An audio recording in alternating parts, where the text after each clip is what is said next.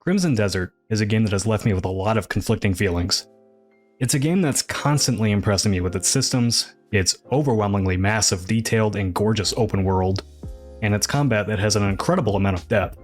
And, at the same time, a lot of its aspects are constantly frustrating, like picking up items, constantly running out of inventory space, boss battles that are true tests of your patience more than fun, a story that really has no interesting hook, and a main character that is as nuanced as a piece of cardboard, at least in the game's opening hours.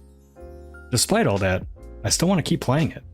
It's an utterly fascinating game that honestly feels like the industry's first real answer to what a rockstar competitor might look like. Not in a storytelling sense, clearly, but due to its amazing open world that truly feels lived in, and with so many different things to do that you can practically live a life within the game. IGN said it first, but I'd agree. This feels like a fantasy version of Red Dead Redemption 2. The world is clearly the star of the show for Crimson Desert. Believe me when I say that you have never experienced an open world of this quality and scale. And I'm not just talking about pretty vistas either.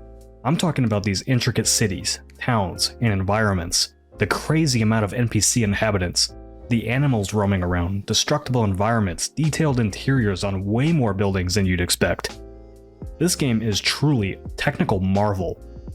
At least on PC. We didn't have access to console versions, so please do check around for other opinions on that. I don't go more than a few moments without my jaw dropping at the sheer amount of detail and things going on in this world.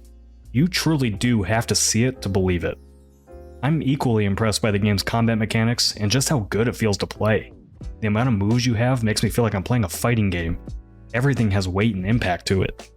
It's going to be hard to go back to other games without this level of physicality and versatility to their combat. All that said, for many, I don't think Crimson Desert is going to be quite what they expected. It's a game that does not hold your hand in the slightest.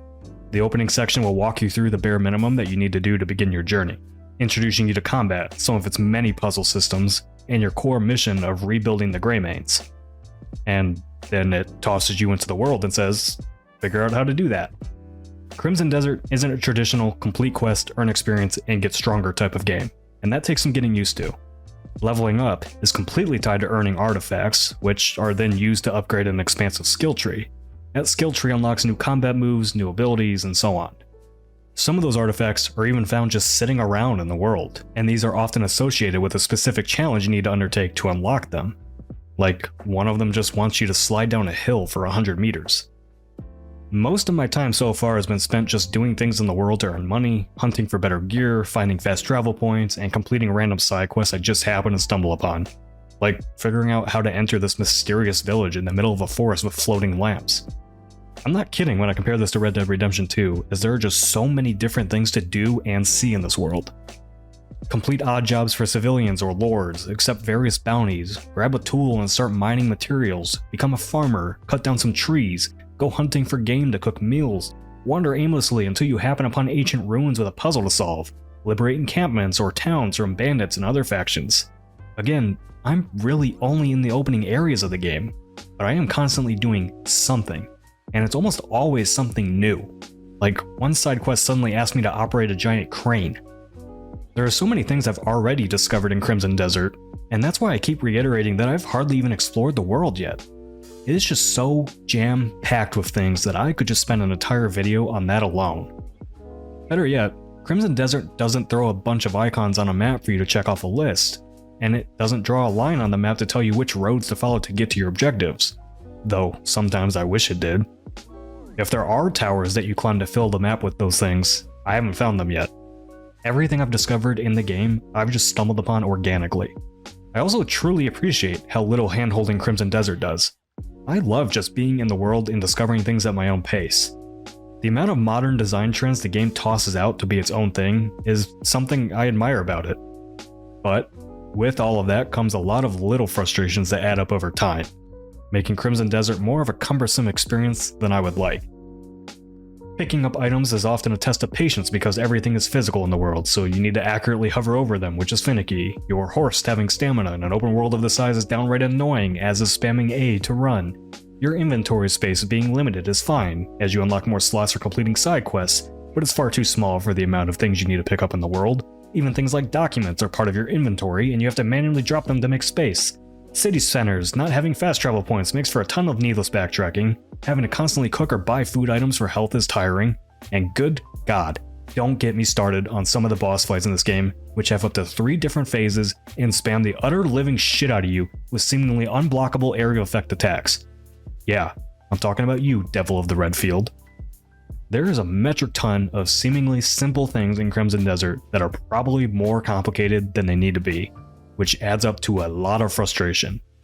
And that's partially where it falters a bit in its lack of handholding, as the fun parts of the game get mired in confusion rather than being intuitive. I don't need to be guided through every puzzle, but with the game having as much as going on as it does, a little bit of signposting would be appreciated. A good example is the Greymane base you create early on in the story. You'd think it would have a fast travel point, and it does, but you can't activate it because it's a puzzle that doesn't really indicate what you need to do to solve it. I spent way too much time just looking around trying to figure it out, only for other reviewers to later tell me it's tied to an item you get in the 4th chapter of the game. The game has many such instances where things are clearly important, but you aren't given enough information to understand why. I'm sure very adept players will figure all these things out, and the studio even noted to us critics that they want the community to collaborate on solving some things. But I'd wager the average player will just find this frustrating. There's a fine line between having players figure things out on their own and just being obtuse for the sake of it, and Crimson Desert, I feel, often crosses that line.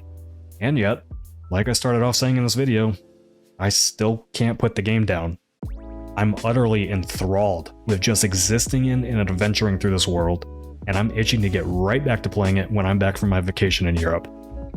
Many of the complaints I have, and trust me when I say several of the critics I've been speaking with about the game during our review period had the very same complaints, will likely be ironed out by the developers in due time. It's not often we get games like Crimson Desert that leave me feeling this conflicted on how to describe my experience with it, or if I even recommend it as a critic. Despite being consistently frustrated by this game, I'm also constantly in awe of the craft of it, and I'm certainly never bored by it. I guess that's the inherent beauty of games that shoot for the stars with their ambition, even if they don't entirely reach it.